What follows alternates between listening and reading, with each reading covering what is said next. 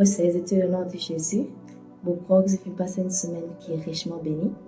Et avant que je commence, je me tenais à remercier le Seigneur pour la grâce qu'il a fait à moi, pour apporter cette exhortation à Zodi. Et depuis que pour Azodi, il concerne la prospérité, plus précisément, un obstacle qui est capable d'empêcher de prospérer. Et nous pouvons introduire un verset qui trouve dans Jérémie 29, le verset 11, qui dit « Quand je connais les projets formés sur vous, dit l'Éternel, projets de paix et non de malheur, afin que vous ayez un avenir et de l'espérance. » Que nous trouvons dans ce verset-là, on dit qu'il a envie de nous prospérer, parce qu'il y a un projet de paix pour nous. Amen. Et cependant, capable d'avoir un obstacle qui est capable d'empêcher nous prospérer. Et la première chose qui est capable d'empêcher nous prospérer, c'est de ne pas dire bon Dieu merci. Lack of gratitude towards God. Et que là, on pose un verset qui trouve dans Colossiens 3, le verset 17, que là, il dit « Et quoi que vous fassiez, en parole ou en œuvre, faites tout au nom du Seigneur Jésus, en rendant pour lui des actions de grâce à Dieu le Père. » Que là, dans ce verset-là, il dit qu'il est bon de rendre grâce à Dieu de tout ce qu'il nous peut faire, qu'il est en action, qu'il est en parole, et se rend grâce à Dieu pour tout. Amen. Et que là, ça fait mon pense à l'histoire des 10 lépreux qui trouve dans Luc 17, le verset 11 à 19. Que là, quand Jésus est à Jérusalem, il finit rentrer dans la ville et il finit à la rencontre des 10 lépreux. Et que par la suite, ça dit lépreux-là, quand il finit trouver, il finit écrire de voix forte, de loin, Jésus, Maître, ayez pitié de moi. Et Jésus, par la suite, finit Jésus à montrer à un prêtre. Et quand je finalement montre à un prêtre, effectivement, je finis une guérison. Mais cependant, finalement, un seul là-dedans qui finit donne gloire à Dieu, il finit retourner vers Jésus, il finit tomber à ses pieds et il finit dire merci. Et Jésus, par la suite, finit dire, mais tous les 10 tu guéris, non? Que les restes 9. Fais-le pas donner gloire à Dieu, fais-le pas dire bon Dieu merci pour la guérison que je finis de recevoir. C'est ce que Jésus qui est important, qui lui donne gloire à Dieu, qui lui dit bon Dieu merci pour ce qu'il fait pour nous, pour ce qu'il est de nous et ce qu'il est là pour de nous plus tard. Amen. La reconnaissance est importante. La reconnaissance c'est un parmi la clé pour qu'il te prospère. Amen. Et maintenant, parlons au prochain point qui fait nous capables de prospérer, c'est par manque de sagesse. Là dans Proverbe 19, le verset 8, version NIV plus précisément, il dit The one who gets wisdom loves life, the one who cherishes understanding will soon prosper. Là, ça veut cela dire nous qui la sagesse qui fait nous prospérer. Amen.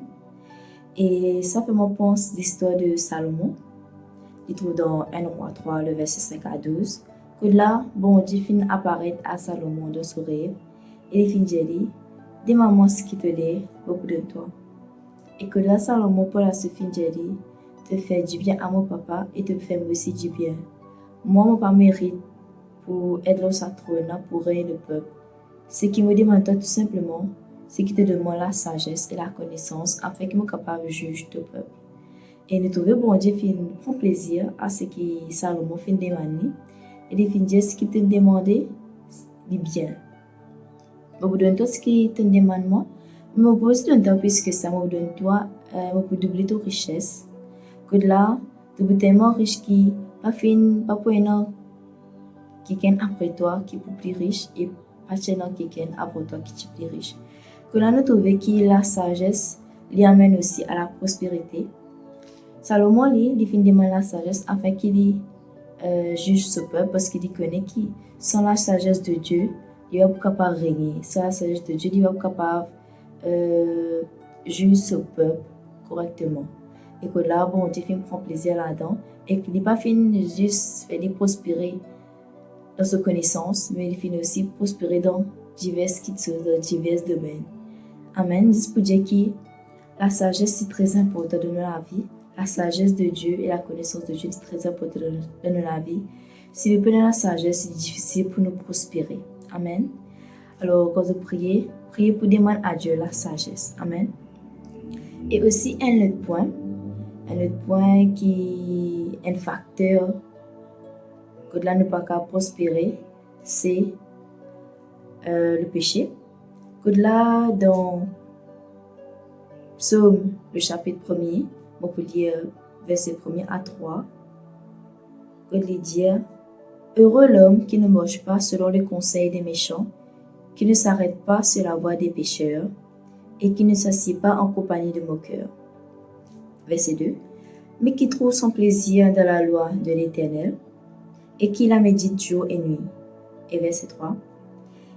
Il est comme un arbre planté près d'un courant d'eau qui donne son fruit en sa saison et dont le feuillage se flétrit point. Tout ce qu'il fait réussit.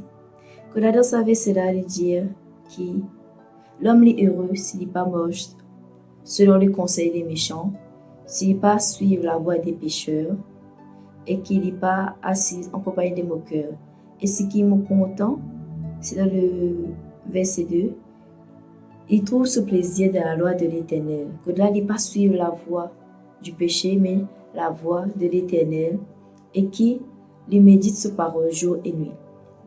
Et aussi dans sa verset 3 là, il est planté, il est comme un arbre planté près d'un courant d'eau, il donne son fruit en sa saison, son feuillage ne flétrit point, et que là, dernier bout là qui est très important, tout ce qu'il fait réussit. Quand on trouve qui, quand nous pas suivre la voie du péché, ne pas suivre la voie du mal, la voie qui est contraire à la voie de Dieu, tout ce qui nous fait nous réussit. Du coup, si nous suivons la voie du péché, si nous suivons la voie du péché, définitivement, il est plus difficile qui nous réussit. Quand on trouve que quand nous éloignons du péché, c'est là que nous rapprochons de la prospérité, c'est là que tout ce qui nous fait nous réussit. Alors, il est important de prier pour qui, j'ai des dirigeants, des accompagnants, des mots devant eux, qui ne pas suivre la voie du mal, mais qui de suivre la voie de l'Éternel, qui tout le temps sont ancrés dans sa parole afin qu'ils dans tout ce qu'ils ont fait, ils réussissent. Amen. L'important, c'est la clé pour qu'ils nous prospèrent, qu'ils nous éloignent du péché, nous éloignent de tout ce qui est contraire à la parole de Dieu. Amen. Et maintenant, mon dernier point, qui est capable un obstacle pour qu'ils nous prospèrent, c'est le doute. Et pour cause un verset qui trouve dans Jacques, chapitre 1er, le verset 6 à 8, que là, il dit, mais qu'il demande avec foi sans douter. Car celui qui doute est semblable au flot de la mer, agité par le vent et poussé de côté et d'autre. Que tel homme ne s'imagine pas qu'il recevra quelque chose du Seigneur, c'est un homme irrésolu, inconstant de toutes ses voies. Il est important que quand on demande à Dieu quelque chose, ne pas douter. Ça fait que moi, Dieu me demande à Dieu un loto. Après, par la suite, je dis à moi-même, je vais gagner ça loto là. Non, on ne va pas être comme Dieu, je vais gagner ça loto là. Mais c'est comme Dieu, je ne vais pas gagner ça loto là qui me fait. Là, il est comme Dieu, comment il peut dire ça, c'est là. Au flot de la mer, agité par le vent et poussé du côté de l'autre. On le connaît, du vent, il pousse-toi à gauche, il pousse-toi à droite. Que là, tu n'as même pas connu dans quelle direction tu peux aller. C'est pour dire que quand tu peux douter, tu peux dire, ça flot de là, agité par le vent, que tu vas pas permettre de te aller. Du coup, tu peux penser, tu es capable de penser pour envie de gagner ça là, mais au final, tu peux dire non, capable de gagner. Quand tu te demandes un Toyota, après tu dis non, tu as un Honda. C'est là que tu commences à douter, c'est là que devient difficile pour te gagner ce qui te dit. Et ça devient un obstacle à ta prospérité. Parce que bon Dieu a envie de te prospérer. Il a envie qu'il te constate de ce qu'il te demande aussi. C'est très important. Alors, il est bon quand tu demandes à Dieu quelque chose, tu ne pas douter. Amen. Parce qu'il devient un obstacle à ta prospérité. Et voilà, c'est tout ce qui me tient pour apporter aujourd'hui. Et moi, pour summariser ce qui me dit que là, premièrement, bon Dieu a envie qu'il nous prospère. Et il est important qu'il nous être reconnaissants à Dieu pour tout ce qu'il peut faire pour nous et tout ce qu'il peut faire pour nous et aussi tout ce qu'il peut faire pour nous. Et il est important aussi qu'il nous demande à Dieu la sagesse. La sagesse est très important, il est important la clé pour la prospérer.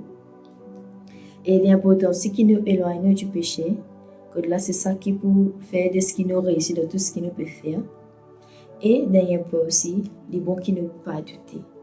Le doute dit un obstacle pour qui ne pas prospérer. Amen. Alors quand vous priez, les bons qui remercier bon Dieu. Remercier bon Dieu pour tout ce qu'il fait, pour tout ce qu'il peut faire, tout ce qu'il fait. Remercier bon Dieu. Et demander à Dieu la sagesse. L'important de demander à Dieu la sagesse et la connaissance. Et prier pour qu'il tout le temps te fixer sur Jésus, qu'ils te fixer sur sa parole, afin de t'éloigner du péché. Et prier pour qu'il enlève le doute dans eux, pour qu'il, dans tout ce qu'ils ont demandé, ne se pas douter. Amen. Et voilà, c'est tout ce qui est maintenant pour causer aujourd'hui concernant la prospérité. Et m'espérer qu'ils aient fini d'être bénis pour sa parole-là. Et me croire qu'ils ont posé bénis pour les autres frères et sœurs qui pour apporter un topic tous les jours. Et qui le Seigneur les bénisse. Pas oublier, like, share et partager le site quelqu'un qui pour besoin de sa parole-là. Et qui le Seigneur les bénisse. La grâce de Dieu avec ça.